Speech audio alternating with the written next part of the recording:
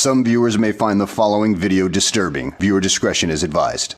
Hey everyone, welcome to the discussion for Twisted Fables, which is a 1v1 style game set kind of to be in 2D, fighting games with extremely unique theme. Like the fact that every character is, of course, they're female, and they are all from different types of fables, which is really cool. Is a neat concept. Kind of like the cyberpunk idea, and it's not horrible. And they have a bunch of them from different stories. Scheherazade, Dorothy, I'm guessing from Wizard of Oz. That looks like the girl in white that in the story. That's what that would be my guess. Then you have Match Girl. I don't know who that is at all. Nope, no idea. Little Mermaid, Kaguya, Mulan, Alice, Sleeping Beauty, Snow White, and Red Riding Hood. So lots of different characters. But at the end of the day, this is a 1v1 kind of deck builder. But typically, whenever those are combined, it doesn't work. It's got a lot of clunkiness. Yeah, it's clunky. It's like you can't end up doing things like half the time, which was something that we initially, when we were first playing this game, were worried about. It's just like, oh man, how often am I never going to get to move or never going to get to attack or defend or anything like that. But honestly, I think that they did find a really good balance.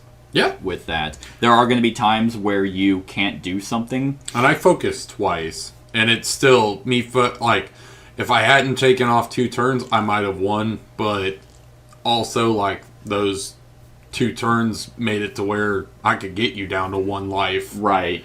Yeah, I mean, don't get me wrong, this game isn't perfect by any means. No. It's one of those where, okay, it's a 1v1 fighting game. Would I rather play this or Exceed or BattleCon or Street Masters or Dice Throne or any kinds of where everyone, the person you're playing is unique?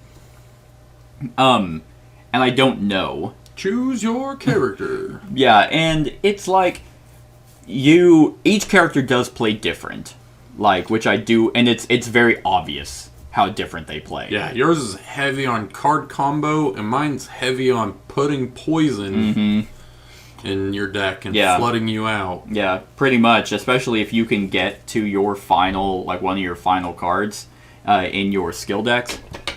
Then it becomes a lot more powerful, because then you start getting combos that, where it's I'm going to move past you. Okay, take a poison. That's 3 damage. Okay, now it's, because it's any time when this card enters your discard pile, you lose a certain amount of HP. And adding 1 to that, it starts to take a toll. I had 1 HP at the end of the run-through. And if I didn't get, because I knew I wanted to get my hooded system up first, so I can prevent damage, because she has the lowest HP. But I will say this game is very unique pretty much all around. Really? Except for, the deck building is the deck building. It's going to be a fighting game where you will have a flooded deck. Yeah. And that's kind of annoying. I don't prefer deck builders where it's just you have a commander deck you're playing with. Oh, I hope I get that combo. But they balance it enough, I think, with your 3 skill decks. So that's what makes this game unique, is you have the attack skill, you have the defense skill, then you have your movement skill, all relatively dealing damage depending on, what you're doing. And it creates unique deck building options. It's if you're going to focus on one deck, well, then you're going to focus on attacking as well, so you can play those cards together. Absolutely. But then you're not going to be able to defend, and you're not going to be able to move that much. And you don't get any power for comboing off. Right. It's to buy new cards. So, I could spend 6 power on level 3 attack and then do 6 damage in a single turn, possibly more. Yeah. But on average, do 6. But then, you ain't moving anywhere. Right. Now, granted, that's just from our 2 particular Because there could be one that's like attack and move and Sure. do all this craziness. Yeah, and to be fair, we haven't played as all of the Fables, so everyone's going to be a little bit different. I wanted to showcase at least the beginning ones that it recommends with Snow White and Red Riding Hood, that, yeah, they do play radically different. And it is cool, because the first time we played this, it was kind of like, it was weird, because we were trying to, I don't know, play it like a deck builder, like we weren't moving around as much, and so we had a lot of kind of wasted turns. Yeah. Several wasted turns. But in the run through, it's like, oh, okay, I understand how it's like clicking now. I understand how they play. Like, you kept getting up on me, and I was doing everything I can to kind of keep pushing you back. And I mean, I needed to kill you quick, so it's cool, especially with the epic cards, that whenever you pass that damage threshold, it's like, oh, now I get this special ability. And I'll decide based off the hand that I have, because I think there was one where I dealt 8 damage or something, or God, that scared me. That scared me. But it was like, oh, okay, I have a crack shot that I'm going to be able to do 4 damage, and then the epic card that I took allowed me to do that again. So I just took like 2 shots, which is 8 damage, which is not nothing. No, that's a lot. Yeah. That's the most damage dealt in a single turn, I think, we've had so far. And it can definitely go like that. So what's really cool about the epic cards is this game reminds me a lot more of BattleCon than any of the other ones. Really? Because in BattleCon, every character has a finisher card that they have face up, and you have to have a certain amount of tokens, and your HP has to be a certain amount before you can do it. It's supposed to be kind of a catch-up mechanism. But we're finding, Devin and I in our tournament, finding that we never want to use them because, like, they're very situational. Like, if they go off, it's fantastic, but it's very situational. Here, you have, like, you're rewarded, okay, I'm taking a lot of damage, but now I have this card that's sticking around. The finisher in BattleCon goes away once you use it. Oh, I didn't know that. Yeah, so it's like, it's a one and done. And in here, it's just like, oh, okay, well, I take some damage, but let me see what's the best option for the given situation. So you have 3 options instead of the just the one throughout the game. And then this sticks around. So if you're really just trying to evade, you get a whole bunch of movement so you can run around and then start thinning your deck out, then that epic card is going to be coming in multiple times.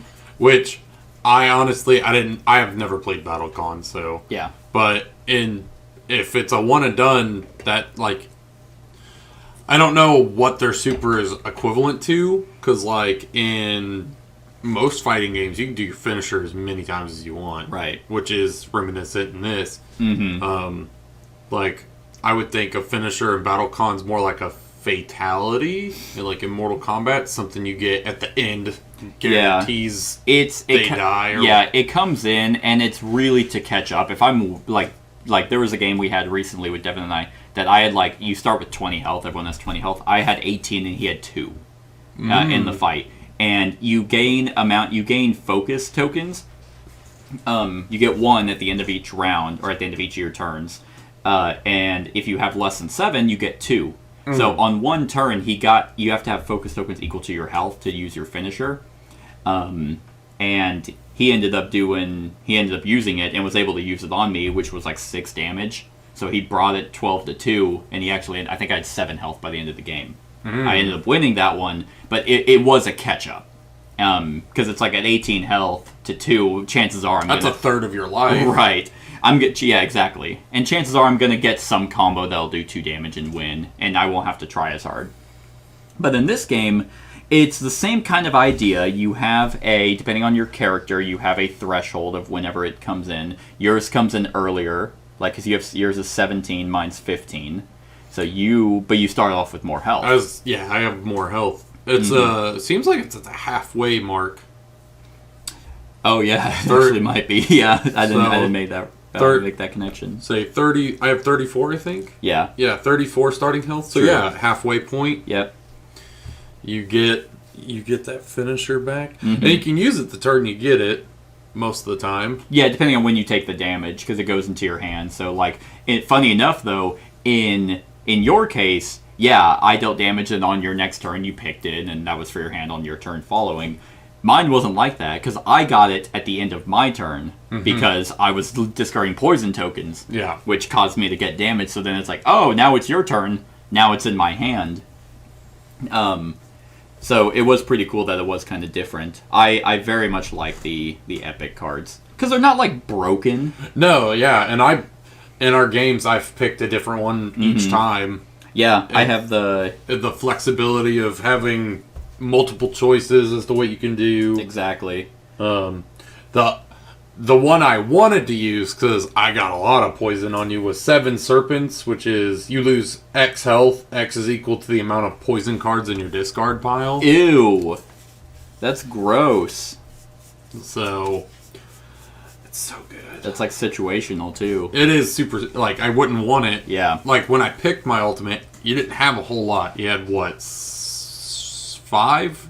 Yeah. I'm like, yeah, it's not. And against Red Riding Hood, she's a pretty good counter because she has a bunch of cards. So it's like she'll take damage from your poison, but then, okay, I have to reshuffle. Now they're all in my deck. Yeah. My massive deck. Yeah, I mean, I had the one that let me repeat a combo. We had one, the Raining Vengeance. It's a range 3, damage 3, and knocks you back up to 3, so it gets you to run off. I hate you. And against her is great because it's like you have no abilities that are going to let you get up close. You have one. I think you have one but you have to have it increases your range with your movement that lets you teleport. Yeah, it's range plus movement, and then afterward I get to be on within one range of you on either side. Yeah, which is good because what's cool about this game is, I mean, it's similar to BattleCon as well. It's like you have this 2D thing where if you're up against the wall, if you have anything that says move back, you can't. In BattleCon, there's a keyword called close, which means you can only move up to them, but advance allows you to move past them. But what is weird about this one, it's a little bit different, is in BattleCon, you never count the person or the space that your opponent's in. So if you have a move 1, this would be a move 1 in BattleCon. That is not the case in this game. No. If you have a move 1, to move past them, you have to have a move 2, which makes sense. Yeah. Either one is fine. But yeah, so that's Raining Vengeance. My other one is called The Wolf Consumes, which I almost took. I just add 2 cards from the top of any of my skill cards. Oh. Yep, and they go into my hand. So, like, you can pick 2 and then get a twist card out of that. That's very... Yep. Or if I have, like, 1 defense and it's like... But I don't have a defense skill in my hand to use, I could play this and then take an Omega Shield, because it goes into my hand. And they may come from the same deck, and it's not a power-up action. So it's just like, okay, so she floods her deck with all these skills. That's really cool. It is really neat. It's quick, too. Yeah, it was a relatively quick game. Your first game's probably going to be a little bit longer, trying to figure out the synergies of the character That you're playing. Because there is not a steep curve, but there is a learning curve to it, like most fighters. Right, because you want to know, which combos of skill cards you want to get, which twist cards you want to get first. Oh, yeah. Chances are you're going to get all of them out, because you only have 2 cards to buy before you get before one, you get and then one. another 3 underneath that. Yeah, before you get your kind of like your empty one. Like mine is onboard. Yours, you like powered through one to start doing poison damage. Hers is, I can place a card from my hand onto it, and then as another action, I can add a stored card from my hand. So if I get all 3 of those out, then... I actually don't know what the others do. They all do the same. Oh, they do, yeah. Yeah, so they stack. Poison Purity, just over and over again. So if you got all 3 out, me getting rid of a level 1 poison does 3 damage. 4. Yeah, 3. 3, yep. And then level 2 does 4, and then level 3 does 5. At that point, it's like I'm just dying. Like I'm just completely, my body is poisoned. Yeah, it's really cool. I wasn't quite sure how I felt about it, because I mean, this is kind of it's not a bloated market of games, but it's a niche genre that if you kind of find one that you really like, then it's like, why would I want any other ones? This is like, I've only played a handful of 2D fighting games that are board games, but my favorite fighting game so far has been Street Fighter. Oh, okay. That's been my favorite one so far. But it's this huge area you can move around in. It's 3D moving. But I think this might be my favorite 2D one I've played, where we're just in a straight line. Mm-hmm. Yeah, and Street Fighter has that as well. They have a mode, a 2D. Oh, do they? Mode. Mm-hmm. Oh, I don't know how it works. It probably works the same way. But yeah. But between like this and Exceed, and I haven't played BattleCon, but like this, I dig this a lot, mechanically wise. Yeah, there's a few things that I don't like. There are negatives to it. I don't like yeah, the pegs are kind of dumb. For defense, it's fine, and for health, obviously, that's fine. Power's just dumb. The power's really dumb because you're just gonna move it up to move it back. Exactly, and you don't retain it. Yeah, it always goes down to 0 at the end of your turn. So it's like I mean, with Red Riding Hood, there were a few times that I used it because it's like, okay, I'm going to discard this poison first, so I'll remember that I did that, get 1 power. And then it's just like, okay, here are my skill cards that I comboed with, and then here's my other cards that I didn't combo with, so that's my power thing. Like, this peg is just completely useless because it's a deck builder.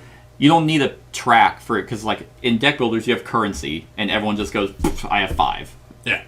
In this case, it's just, I'm going to move, I'm going to do that. And as you play your cards, you see a live count of what you're going to have, so... Yeah, and, I mean, it's basic math. If anyone has trouble counting down from, like, 6, and, but you could be like, oh, okay, so I got 6 power. This cost 4, so therefore I have 2 left. And then you have this whole array of things you can spend your 2 power on. Mm-hmm. Yeah, but, so that's just mechanically annoying. The biggest negative I have is the focus action. Yeah, that's probably the same mechanic-wise. You use your whole turn to pitch a single card from either your hand or your discard pile. Yeah. And it's out of the game. You just remove it. So it permanently thins your deck by 1. But then you discard your whole hand regardless. Yeah, you lose. Yeah, you basically do nothing on your turn except for getting rid of 1 card. And in a game where you generate quite a bit of power to buy cards, it seems 1 card doesn't make any difference. Yeah. So, and the only cards I got rid of were my starting skills for these 2 trees. So, like, I don't know. The way I could think about doing is you can permanently get rid of the card, but you get like half of its value, or maybe its value and power, so that way your turn isn't completely wasted. Yeah, but even then, it's like I wouldn't want to gain power because then you're just putting in another card. That's true. You're replacing 1 for 1. It's like the point of a deck builder is to you build your deck and then you hone out all the starting weak cards. Yeah. And in a game like this, where you burn your entire turn, and it's like, okay, great, you don't have any defense, any of this. Okay, I'm going to hit you for 5 damage. Yeah. And it's like, okay, so I really just lost 5 health, and I gained nothing. I removed 1 card, 1 level 1 attack card, or whatever it is. It's just really, really stupid. Maybe no one's gonna do it. The only time we did it in a fight between these two was whenever I happened to just bum rush back. Yeah. And that's the only time you would ever do it, is you would burn. You're kind of wasting 2 turns at that point, because it's like, okay, I'm gonna spend all my movement to run away from you, and then hopefully you don't have any movement, so you can't get to me. Then I'm gonna, or we just now, we're all like this. Okay, now we're just focusing. So we're just wasting time just thinning out the deck when, in all reality, there should be something in the game that allows you to do that anyway. Yeah, maybe focusing should just be you get rid of a card and then you can proceed with your turn. Or maybe you can, if they feel like that's still not fair, you can focus and then choose one of the 3 and you can't play those cards that turn. Oh, yeah? So, like, focus, I'm going to get rid of this card and I'm going to choose not to defend or not to move or not to attack. Right. Yeah, I mean, I can't see a reason. Or if you want to focus, have it be any number of cards. That would be also like nice. From your hand. Because... 1 card's bit Yeah, ridiculous. because I was just quadruple checking the focus action just to make sure. Yep, you skip your entire activation phase to destroy a card from your hand or discard pile. Your activation phase ends immediately. So it's like, I really think that there wouldn't be a downside to you have to do it at the beginning of your turn. You trash a card and then you get to play as normal. Because if you want to burn a card, that's less options you have in your hand anyway. So, and it has to be one of your cards. Like, I can't use it to burn a poison. Yeah. Or things like that.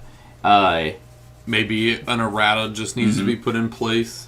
Yeah, I would imagine there's probably something. I haven't looked anything up. Because at the same time, you might not know. You might get rid of a level 1 attack and then be like, oh, wait a minute. I don't have a lot of attack cards in my deck. I wasn't keeping track. So that's another semblance of strategy. Because then you might spend another turn using power to buy attack cards that you accidentally burned already. That's true. Or if you want it to be 1, 2, 3, 4, 5. If you want it to be one of those where you waste your entire turn, then you can be like, all right, burning my entire hand. 3 poisons in there, which I believe I can burn. Yeah, it's just a card. So it's like, all right, yep, I'm gonna waste my but that would make a little bit even sense thematically. Okay, we're like this. I'm like 3 spaces away. And it's like, I don't want to use those. I can't move to attack. All right, I'm gonna waste my entire turn and burn those 3 poisons. It's like me taking time to heal up from it. But at the same time, that gives you a chance now to run up because you still discard your hand and things like that. So I hate house ruling things because unless it's like a formal designer choice.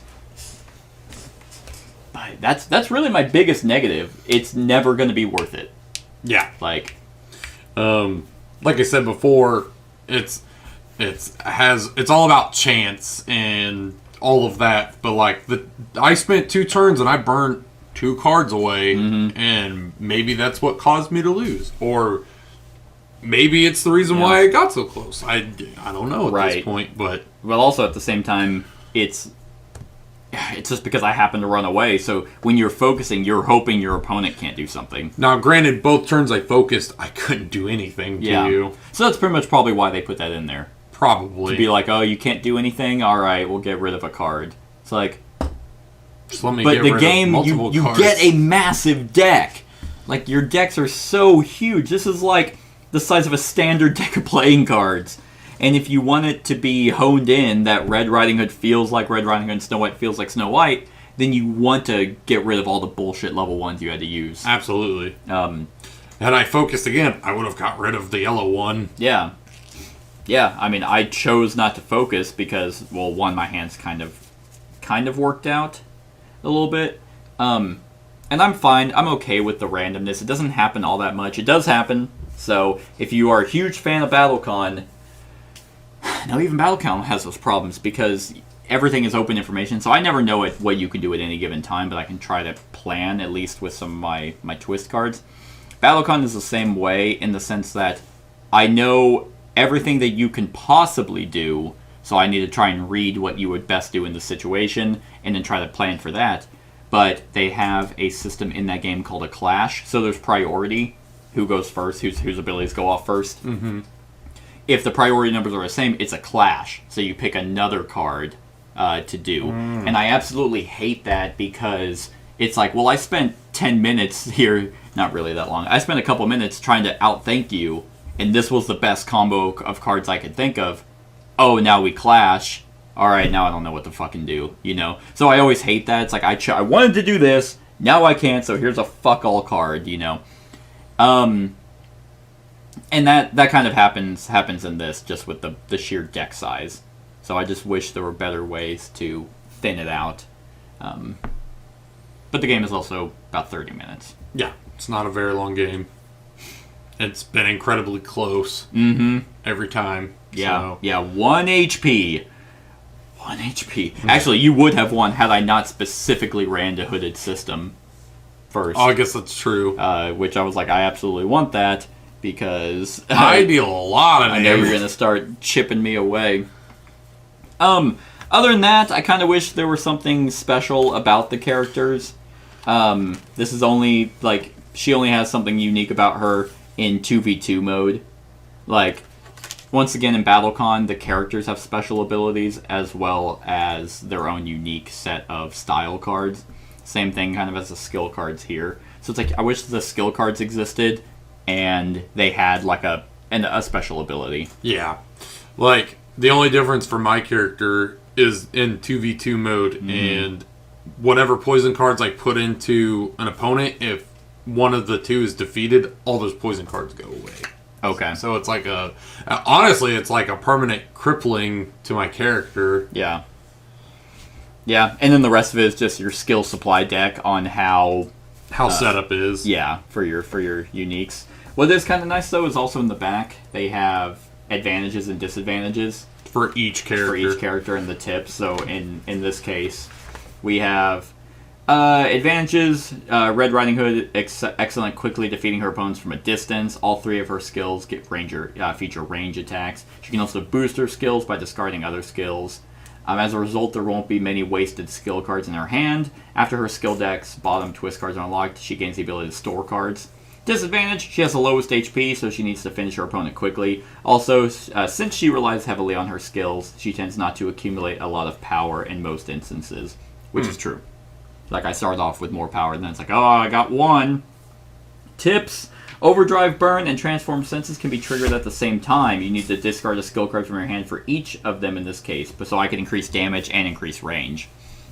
When you use a skill move or the epic Raining Vengeance, you can choose not to knock back the opponent at all. Oh, okay. Well, that's pretty interesting.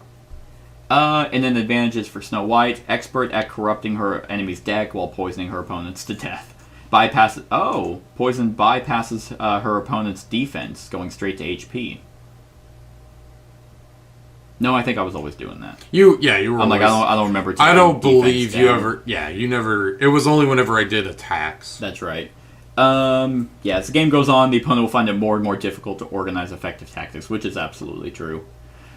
Disadvantages, attacks are very short range. Getting close to your opponent could be an obstacle. Additionally, it takes a while for the poison to accumulate to produce a significant effect. It does take a minute. Tips, the effect of Poison Purity is cumulative with the poison card's effects. Each poison card will cause the opponent to lose 1 extra HP for each one unlocked. And when you use the Epic Rain of Mirrors, the effect of this card will be fully resolved before the opponent can use any responsive abilities. So, which I really like. I like the fact that I always kind of like tips and tricks. BattleCon does not have that on how to use someone. You probably have to go to like a forum. It's like their wiki. There's a BattleCon wiki, and it's all clunky and horrible. So it would have been nice if that was provided. So yeah, I like it. I really like the theme. I think the theme is super cool. That's kind of what drove me to it in the first place. Say the whole. It's all the, like, Disney princesses or whatever, or the Fable princesses is a neat little touch. And they're all fighters. It's a dystopian cybernetic future. Yeah. I get a slight vibe of Wolf Among Us, kind of. Oh, yeah, that's interesting. Where it's, like, grimy in a city. Yeah, very dark, corporate. Yeah. Over cyberpunk. It's cyberpunk with Fables. Yeah. I like it a lot. The game's not broken. It's clean. There is enough replayability, like, between characters, because it's kind of like, unlike some games where it's like, oh, okay, I've seen them played, like, I don't want to play them again. Like, here it's really cool to see, how would Snow White fare against Alice? Yeah. How would Red Riding Hood fare against Mulan? Or Kaguya. Or how they Dorothy. all fight is, you'll play differently depending on how they fight. So... game's really well done. I don't know if I've played a whole lot of games from Dimension. Have you played Deep Madness? Yes, I have. Same company. Okay, Yeah. well, I like... That's the only other one they made was Deep Madness, and there's this one. So, I don't know if the company still exists. I haven't heard anything, because there's another one coming out called Dawn of Madness. So, but they also wrote a book from the Deep Madness lore. And I thought the first, the overarching story of this was well written. It's like I could read a short story or a short book on this. But I hate those opening bits because it's kind of like, okay, who the fuck is the Weaver? Like, and we're never gonna find out because it's not. There's no extra unless it's on their website. But it'd be pretty cool. I would love to see an expansion. I think this is one of those that any of these kind of 1v1 games always benefit from having more fighters. Yeah, and there's a bunch of them out there. There's like you can get hundreds of Fable women you can pick from. Yeah, and if you're gonna do like Little Red Riding Hood or Little Mermaid, then okay, we'll get Jasmine, get get Rapunzel, get absolutely. And so you could definitely do that, but maybe they got sued. Maybe they lost the company because Disney went after them for putting Little Mermaid in here. I have no idea. But you got Mulan. You could do who would be cool? Who would be cool to add to this? It sucks because it's like I can think of a lot of really cool male characters. Oh yeah, like the genie from Aladdin. Oh, that would be badass. So cool. You could do. Oh man, it's Fables specifically. So like you could do like folk heroes and stuff, and there's a ton of female folk heroes across the world. Yeah. Oh, that's true because they do have Scheherazade. Yeah. I was just trying to quickly look up any fables, but I'm pretty sure there's like Morrigan and like Celtic mythology. There's a bunch. Yeah. So they got options. Man, how much was this on Kickstarter? Twisted Fables. Right there. It made 162 out of a pledge of 50, so it didn't do super well. Like, and this was $75 for the deluxe pledge. So yeah, maybe. I mean, I might do some research, see if they still exist. If Dimension is still a company or not. Yeah. Deep Madness was really good. Yeah. So they make great games. And this is not a disappointment by any means. I really enjoyed it. Yeah. All right. On a scale of 1 to 10. I think I'm gonna give it an 8. That's where I'm at too. Yeah. If this was an hour-long game, though, that number would go way down. It would. Because then I'd be a lot more pissed at your deck. Like this. God, it's huge with all your 15 poison cards you put in. It could also just not be as thick. I mean, these are relatively nice component cards. Although the holographic ones just bow immediately, so it's like I need to sleeve them. But yeah, I'm gonna give it an 8. Hope they do more. I would love an expansion. More fighters would be really cool. So that's our thoughts on Twisted Fables. Let us know what you think of the game in the comments below. Other than that, like, comment, share, and subscribe, and have a wonderful whatever time of day it is for you. Hey everyone, thank you for watching, and I really hope that you enjoyed the video. If you would like to see more of my content, go ahead and click that subscribe button and the bell to be notified whenever I upload any new content. If you feel like supporting the channel, you can go ahead and click that Patreon link to be taken to my Patreon, and any help is truly appreciated. Other than that, stick around for any other run-throughs or reviews or cool top 10s or whatever I feel like putting on. Other than that, like, comment, share, and subscribe, and have a wonderful whatever time of day it is for you.